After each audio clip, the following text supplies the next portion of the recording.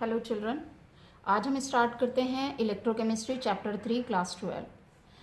Electrochemistry, क्योंकि मैंने ये बताया था आपको कि ये चैप्टर बहुत इंपॉर्टेंट है, 5 मार्क का क्वेश्चन इस चैप्टर में से मोस्टली आता है। तो हम देख लेते हैं इलेक्ट्रोकेमिस्ट्री क्या होता है। देखिए, इलेक्ट्रोकेमिस्ट्री एक केमिस्ट्री की ऐसी ब्रांच है जिसमें हम केमिकल एनर्जी और इलेक्ट्रिकल एनर्जी के बारे में पढ़ते हैं। जब कोई रिडॉक्स रिएक्शन होती है तो उसमें किसी का ऑक्सीडेशन होता है, किसी का रिडक्शन होता है, तो उस दौरान जो वहाँ पर केमिकल एनर्जी है और जो इलेक्ट्रिकल एनर्जी हो रही है उसके बारे में जो स्टडी को डील करता है, that is known as electrochemistry. तो we can say it is a branch of chemistry which deals with the relationship between chemical energy and electrical energy produced in a redox reaction. Now we will study about the galvanic or voltaic cell. क्या होता है galvanic और voltaic cell? This cell converts chemical energy during redox reaction. redox reaction जब होगी cell में, तो उस दौरान जो केमिकल एनर्जी होगी वो जितनी इलेक्ट्रिकल एनर्जी में कन्वर्ट होगी, तो conversion of chemical energy into electrical energy in the cell is known as galvanic cell और voltaic cell. When the concentration of Zn+2 and Cu+2 is unity, जो ions होंगे cell के अंदर zinc के और कॉपर के वो 1 मोल पर डेकामीटर क्यूब होने चाहिए।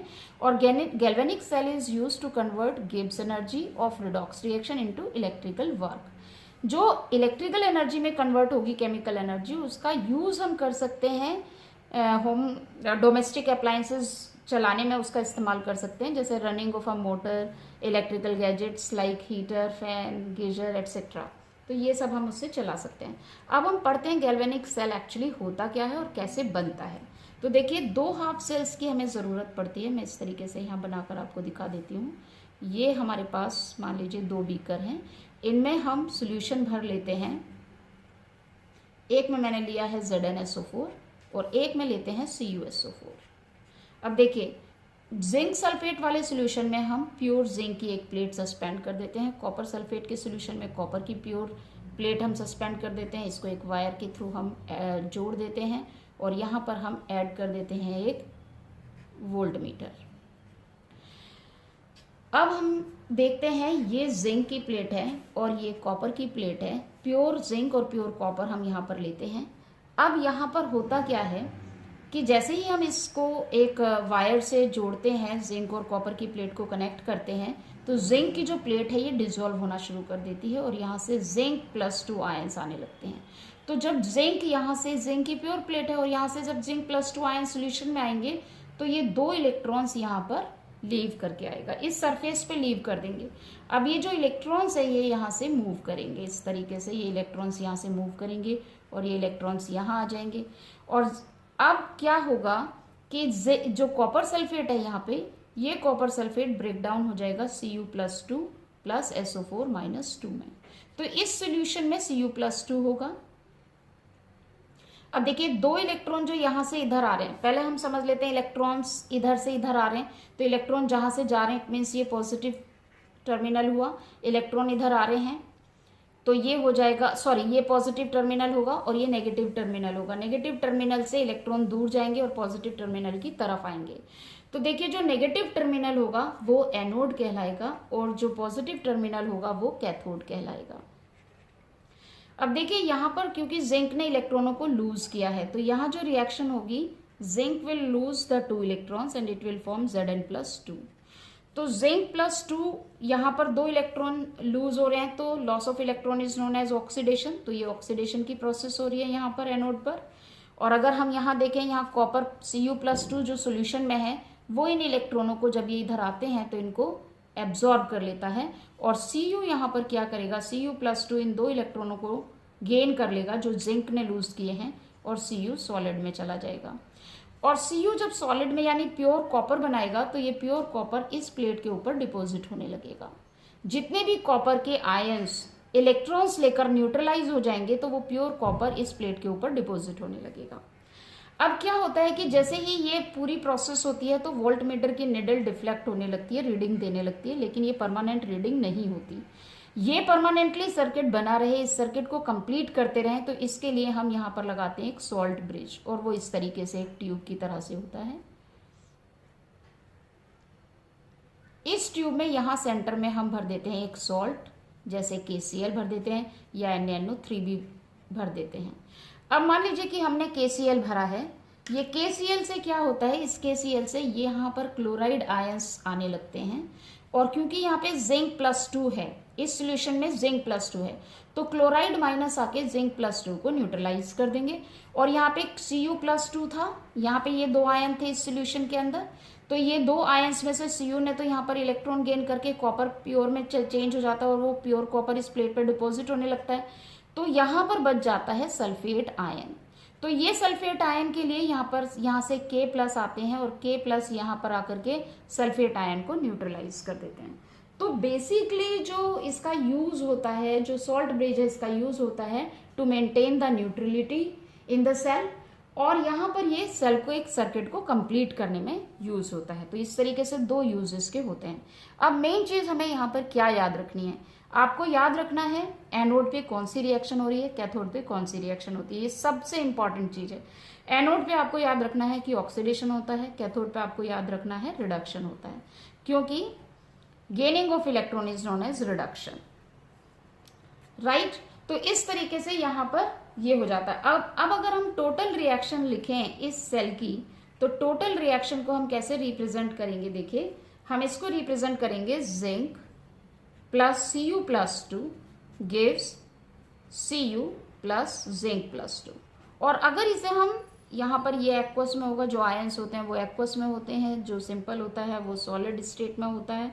अब देखिए अगर इसी को मैं सेल रिएक्शन के रूप में लिखूं तो कैसे लिखूंगी, जिंक हाफ सेल जिंक+2, फिर full cell Cu+2 half cell Cu। तो इस तरह से हम रिप्रेजेंट करते हैं सेल इक्वेशन में, किसी भी इक्वेशन को सेल इक्वेशन में इस तरीके से रिप्रेजेंट करते हैं।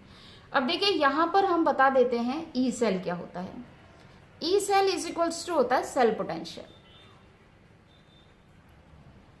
सेल पोटेंशियल है, 2 हाफ सेल्स के बीच में जो सेल पोटेंशियल क्रिएट हो रहा है, जो डिफरेंस है सेल में, उसको हम ई सेल कहते हैं।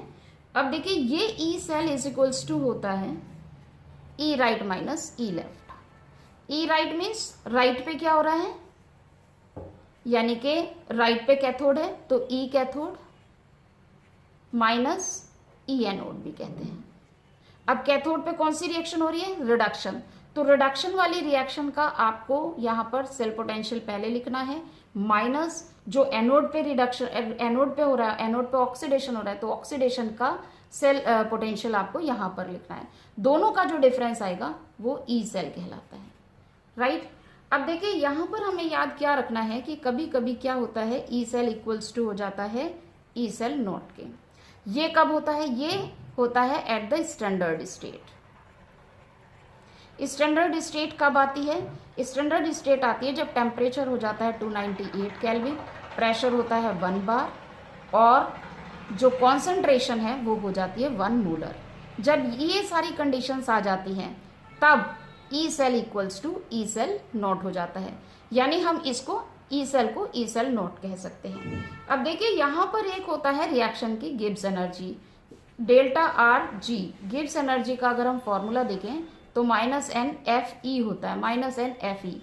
ई सेल हम यहाँ पर लेते हैं तो -NF, कभी कभी ये ई सेल नॉट भी हो सकता है, डेल्टा आर जी की वैल्यू। तो इस तरीके से यहाँ पर जो आपको निकालना होगा, एक तो ये फॉर्मूला आपको लगाना होगा, E cell equals to E cathode minus E anode, एक फॉर्मूला आपको ये निकालना होगा। तो Gibbs energy of the reaction बहुत निकालने के लिए आती है, आप इसको कैलकुलेट करने की प्रैक्टिस कीजिए। तो ये मैंने आपको बताया है नर्स्ट इक्वेशन क्या होती है। देखिए नर्स्ट इक्वेशन हम कैसे निकाल सकते हैं, अभी मैंने आपको बताया था कि E cell is equals to होता है E cathode minus E anode. तो इसी इक्वेशन से जब हम निकालते हैं, इसी इक्वेशन को जब हम आगे चलाते हैं तो हम इससे एक फार्मूला हमको मिलता है, E is equals to E cell naught minus 2.303 RT upon NF, और यहाँ पर हम ले लेते हैं log concentration of products means C की C raise to power C, D raise to power D divided by A raise to power A and B raise to power B।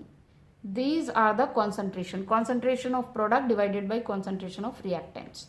अब देखिए ये जो इक्वेशन है बेसिकली ये Nernst equation में आती है, लेकिन हम यहाँ देखते हैं कि ये सारा जो यहाँ पर है देखिए इतना पोर्शन ये सारा कांस्टेंट है। तो जब हम इसे अगर यहाँ पर इसको हम कैलकुलेट कर लें, अगर सबकी वैल्यू रख करके, यहाँ पर आपको पता है आर जो है गैस कांस्टेंट है, टी टेम्परेचर है, 298 होता है, एफ फैराडे कांस्टेंट है जिसकी वैल्यू हम 96500 कांस्टेंट ले लेते हैं। तो अगर इन सबको हम कैलकुलेट करते हैं तो हमें मिलता है 0.059 डिवाइडेड बाई एन। अब हम एन की वैल्यू क्यों नहीं रखी, क्योंकि एन की value reaction to reaction vary करेगी। This is the number of electrons which are loses और gain by the ions by the metals. तो जितने मेटल्स इलेक्ट्रॉन्स को लूज कर रहे हैं या दूसरी मेटल गेन कर रही है वो नंबर ऑफ इलेक्ट्रॉन्स यहाँ पर लिखना है हमें। और लोग यहाँ पर हम दिखा सकते हैं, सपोज मैं जिंक का जो अभी हमने रिएक्शन लिया था, अभी हमने आपको बताया था जिंक जो है 2 इलेक्ट्रॉन्स लूज करके Zn+2 में जा रहा है, और यही 2 इलेक्ट्रॉन Cu जो है Cu+2 इन 2 इलेक्ट्रॉनों को अगर गेन कर ले तो Cu में चला जाता है। तो अगर इस इक्वेशन के लिए मैं नर्स्ट इक्वेशन लिखूं तो उसके लिए यहाँ पर मुझे ऊपर लिखना पड़ेगा Zn+2 की कॉन्सेंट्रेशन और डिवाइडेड बाई कॉपर की कॉन्सेंट्रेशन। अब यहाँ पर n की वैल्यू हम क्या लिखेंगे, अगर इस इक्वेशन के लिए लिखेंगे तो देखिए मैं बता देती हूँ कि n की वैल्यू हम क्या लिखेंगे, 0.059 डिवाइडेड बाई 2, क्योंकि यहाँ पे नंबर ऑफ इलेक्ट्रॉन्स 2 है तो n इज इक्वल्स टू 2 हो जाएगा। तो वो वैल्यू हम यहाँ रखेंगे। जिंक की कॉन्सेंट्रेशन जो हमें गिवन होगी न्यूमेरिकल में वो हम यहाँ रख देंगे, और कॉपर की कॉन्सेंट्रेशन जो गिवन होगी वो हम यहाँ रख देंगे। तो इस तरीके से इस नर्स्ट इक्वेशन का यूज करके हम ई सेल यानी EMF ऑफ द सेल निकाल सकते हैं या सेल पोटेंशियल हम कैलकुलेट कर सकते हैं। होप कि आपको ये सब समझ आया होगा। Thank you.